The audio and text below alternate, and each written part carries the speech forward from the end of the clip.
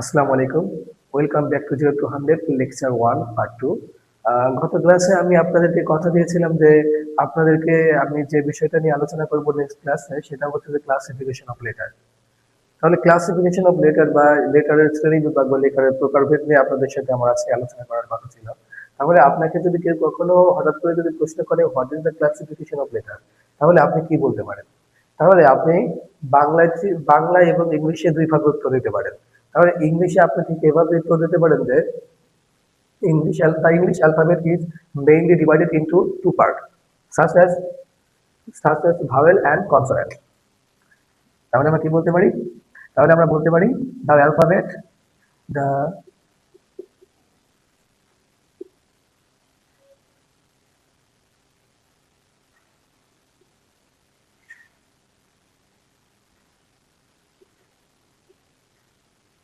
divided into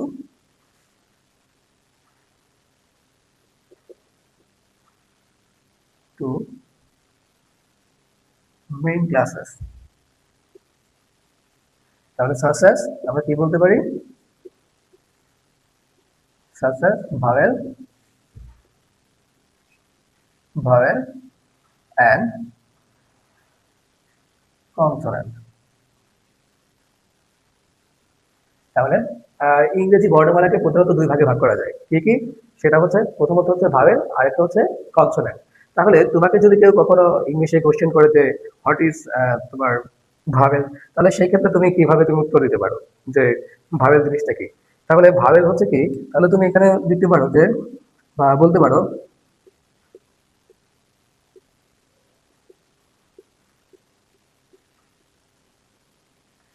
a vowel is a letter that is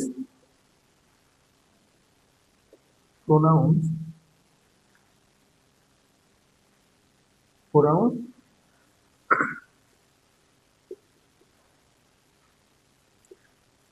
without blocking airflow.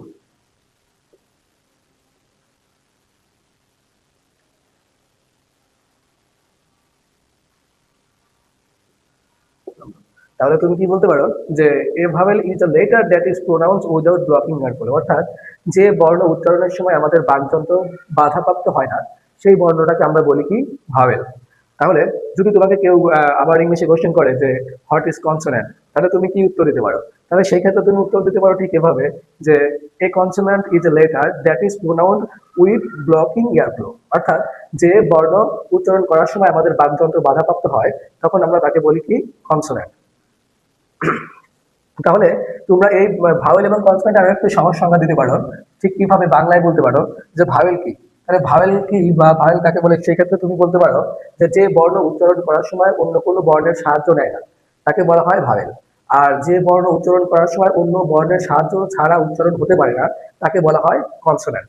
দেখো, এই যে যখন আমরা উচ্চারণ করি এ, দেখো এ যখন আমরা বলি তখন আমাদের মুখের ভেতর থেকে কোনো কিছু বাধাপ্রাপ্ত হয় না, অর্থাৎ এ হচ্ছে ভাওয়েল, অর্থাৎ এ নিজে নিজে উচ্চারিত হচ্ছে, এ কারো সাহায্য নিচ্ছে না। তুমি আবার যদি বলো বি, তাহলে এই দেখো বি উচ্চারণ করার সময় কি হচ্ছে, বি এবং সাথে একটা ই উচ্চারণ হয়, তাহলে কি বিটা হচ্ছে তোমার কনসোনেন্ট। ঠিক আবার এই ক্ষেত্রে আবার দেখো সি, সি ক্ষেত্রে তুমি আবার এই একই জিনিস সি এবং সাথে ই উচ্চারিত হয়। তাহলে কি যে বর্ণটা আমরা যখন উচ্চারণ করি আমাদের বাকযন্ত্র যদি সেখানে বাধাপ্রাপ্ত না হয় তাহলে সেটাকে আমরা বলবো হচ্ছে ভাওয়েল। আর যেখানে আমাদের বাকযন্ত্র বাধাপ্রাপ্ত হয় বা একটা বর্ণ উচ্চারণ করার সময় অন্য একটা বর্ণ সাহায্য নিতে হয় তাহলে তখন আমরা সেটাকে বলবো কি কনসোনেন্ট। ঠিক আছে?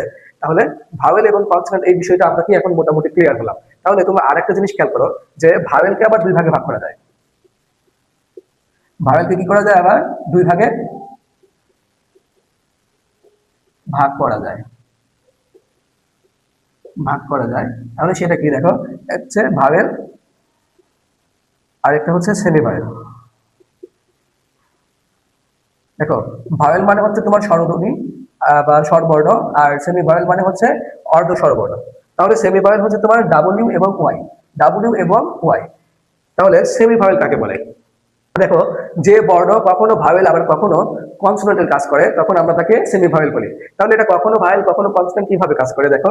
তাহলে ডাব্লিউ এবং ওয়াই যখন কোনো শব্দের শুরুতে বসে তখন সেটা হয় কনসোনেন্ট, এবং ডাব্লিউ এবং ওয়াই যখন কোনো শব্দের শেষে বা মাঝে বসে তখন আমরা সেটাকে বলি কি, তখন আমরা সেটাকে বলি হচ্ছে সেমি ভাওয়েল বা vowel.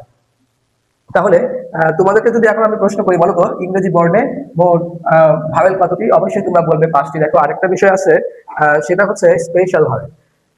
British and American grammar গুলোতে তারা হচ্ছে ওয়াই কে বলে কি স্পেশাল ভাওয়েল, তারা ওয়াই কে স্পেশাল ভাওয়েল বলে।